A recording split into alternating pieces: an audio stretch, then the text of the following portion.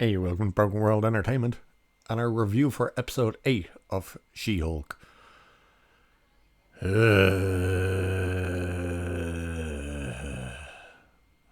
That's what this episode is. So, Daredevil's in this one. Yay. He's literally in it for Jen to sleep with. That's it. That's what Daredevil's in here for. So the episode starts off with Jen. Hey, guess what Jen actually does in this episode? She actually goes to court and represents somebody. Imagine that. Only took 8 fucking episodes. So she's representing Leapfrog because he was fighting 2 dudes and set off his booster jets and his suit went on fire and he burnt his legs. So he's suing the dude who's making She-Hulk's clothes, whatever he's called again, Nigel or something, I don't know. Who cares? He's suing him for, what's he suing him for? The suit didn't do what he said it would do. I can't think of all the legal terms at this stage. Neither did She-Hulk, because they just breezed past the thing. But the episode is called what Leapfrog's catchphrase is, which is ribbit or rip it. Wow. So she doesn't want to take the case because it's your man who's making her clothes. But she has to because Leapfrog's father is a very important client to them. So she goes to try and get a settlement before it could go to trial. Of course, he refuses and blacklists Jen from making her clothes. So they go to court. And who's the clothes dude's lawyer? Matt Murdock. He comes in, wins the case, gets the case thrown out, and smells what fuel. I think Leapfrog's name was Trevor, or was it Todd? I think it was one of them two. He smells the fuel that he was using in the booster jets, which is why his suit went on fire, and asked him what is the fuel he used, and he said jet fuel. To which clothes dude says, that's not what I told you to use. So case gets thrown out because the guy didn't follow the instructions. Then she Hulk's in the bar. Appletini shows up in front of her. It's bought from Matt Murdock. So they start having a chat in the bar and she starts getting hot for him. Then she gets a phone call from the weird dude. Was he a director or something? Maybe he wasn't a director fella. The weird one who has the hots for She-Hulk from the Tinder dates. He says he needs to see her. That's urgent. She goes to a restaurant where he is. And he thought it was using it as a ploy to try and get a date with her. And do you know what they mentioned in the scene? Wakanda.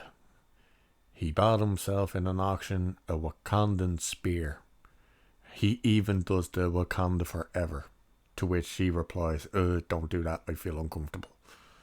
Because, he's white and you can't do that. She leaves there, she goes home, she gets a phone call from Leapfrog who's saying he's under attack. So she goes to meet him. She finally puts on the super suit, the She-Hulk super suit.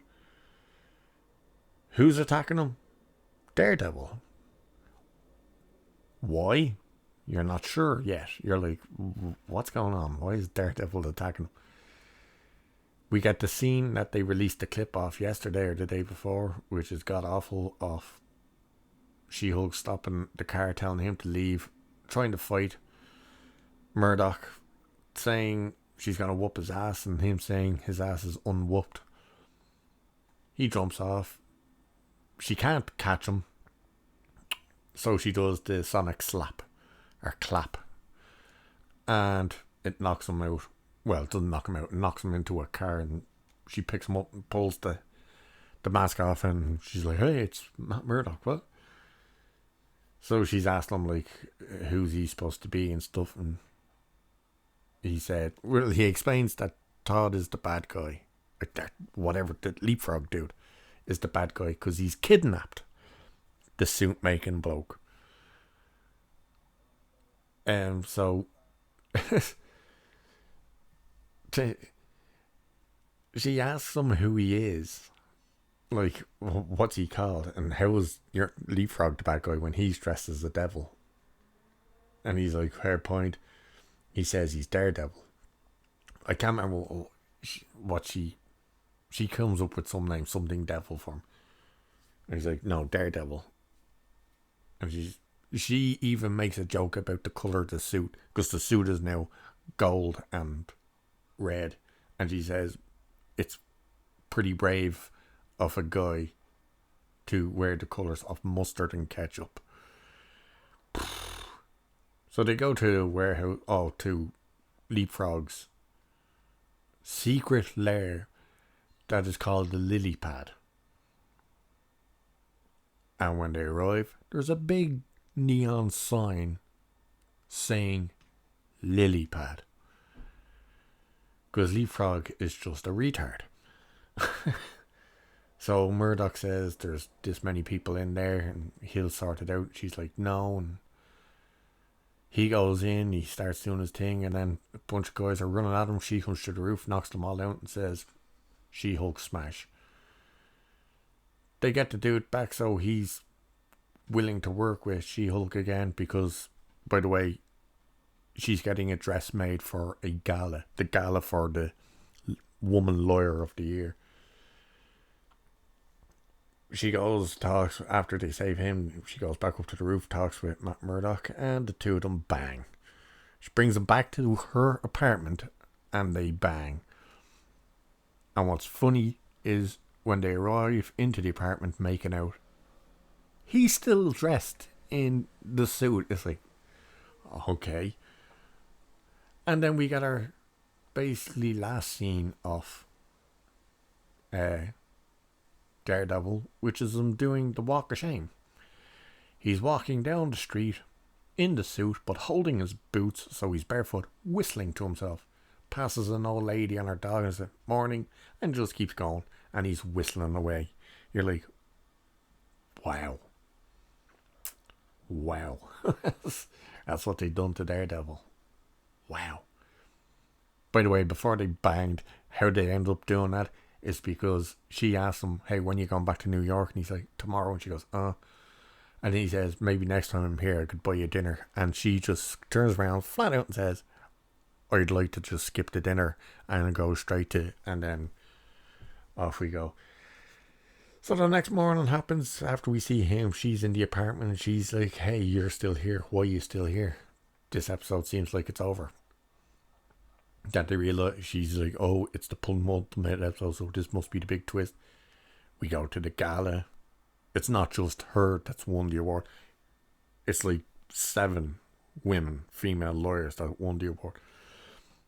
They're all up on stage. The guy's like, what's it mean to be a female lawyer? And of course, the first one's like, oh, it means so much. The next one, which was the lawyer who represented her in the copyright for the name, was brought it in all this typical woke shite of, oh, it's overworked, underpaid, and constantly being asked what's it like to be and Nikki and the dude Pug are doing that finger click clap thing that the poetry nerds do.